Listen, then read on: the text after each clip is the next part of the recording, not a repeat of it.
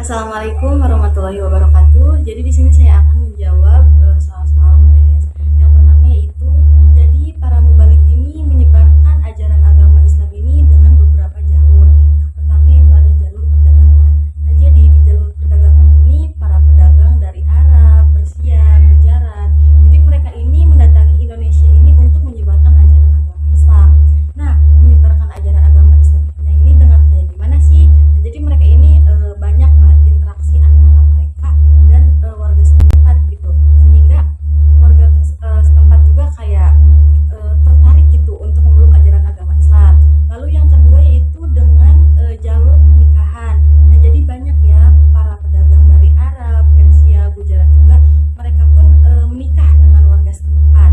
Nah, otomatis si keluarga ceweknya juga kalau misalkan nih warga setempatnya cewek, nah berarti eh, otomatis keluarga si cewek itu pasti dong ikut memeluk ajaran agama Islam.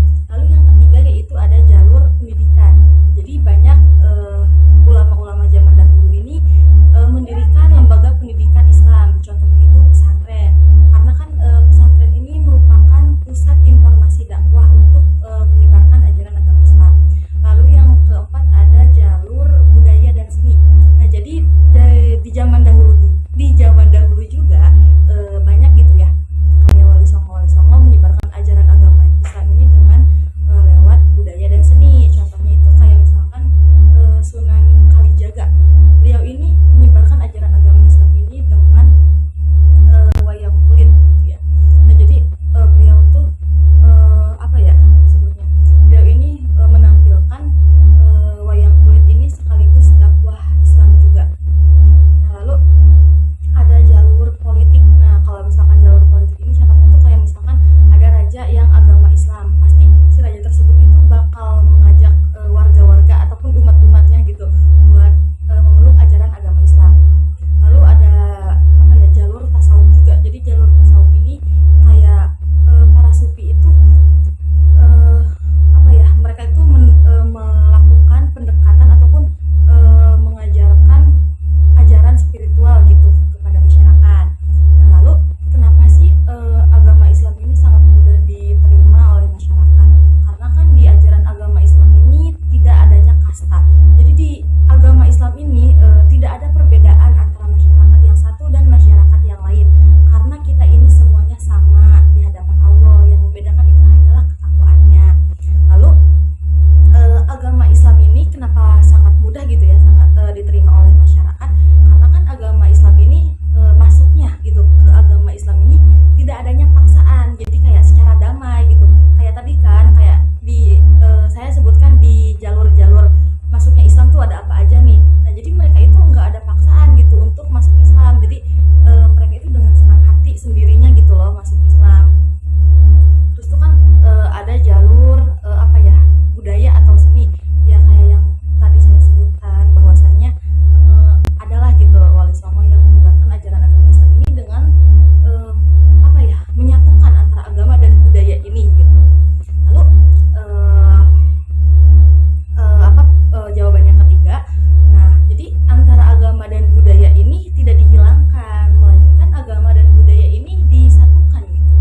Nah, kenapa sih agama dan budaya ini disatukan? Banyak loh contoh-contoh di Indonesia yang menyatukan antara agama dan budaya. Contohnya itu kayak bangunan-bangunan masjid di daerah Jawa. Kan bangunan-bangunan masjid di daerah Jawa itu kayak apa ya? Jadi si bangunannya tuh bentuknya tuh kayak candi gitu, kayak apa ya? Pura candi kayak gitu. Kan? Jadi antara apa ya? Antara nilai budaya dan agamanya itu ada gitu. Nah, lalu tadi yang wayang kulit, wayang golek. Nah, terus kan kan wayang kulit itu merupakan apa ya, budaya ataupun tradisi mereka kan. Nah, jadi lewat wayang kulit ini para wali songo juga menyebarkan ajaran agamanya Islam, agama Islamnya ini dengan cara dakwah gitu ya. Jadi dakwahnya ini melalui wayang kulit gitu, sehingga ajaran agama Islam ini sangat mudah diterima oleh masyarakat, dan masyarakat pun apa ya, nggak ngerasa kayak jadi masyarakat pun tidak merasa kehilangan budayanya gitu. Nah, lalu yang nomor 4, nah jadi Wali Songo juga terutama itu Sunan Kalijaga. Beliau ini menyebarkan ajaran agama Islam ini dengan menggunakan budaya dan seni, yaitu wayang kulit, wayang golek, ataupun kayak alat-alat kesenian tuh kayak apa sih, gamelan gitulah ya. Nah, jadi beliau ini menyebarkan ajaran agama Islam ini kan dengan wayang kulit. Jadi kan wayang kulit ini kayak tadi yang saya sebutkan bahwasanya antara agama dan budayanya ini disatukan. Jadi tidak ada yang dihilangkan antara salah satunya ini. Jadi di apa ya, disatukan itu sehingga masyarakat pun ngerasanya kayak gimana ya, kayak saya menerima ajaran ini gitu misalkan, karena di antara budaya dan agamanya ini emang nggak ada yang dihilangkan, jadi disatukan gitu loh, sehingga masyarakat pun kayak mudah gitu loh untuk menerimanya. Cukup sekian yang dapat saya sampaikan, kurang dan lebihnya mohon dimaafkan. Wassalamualaikum warahmatullahi wabarakatuh.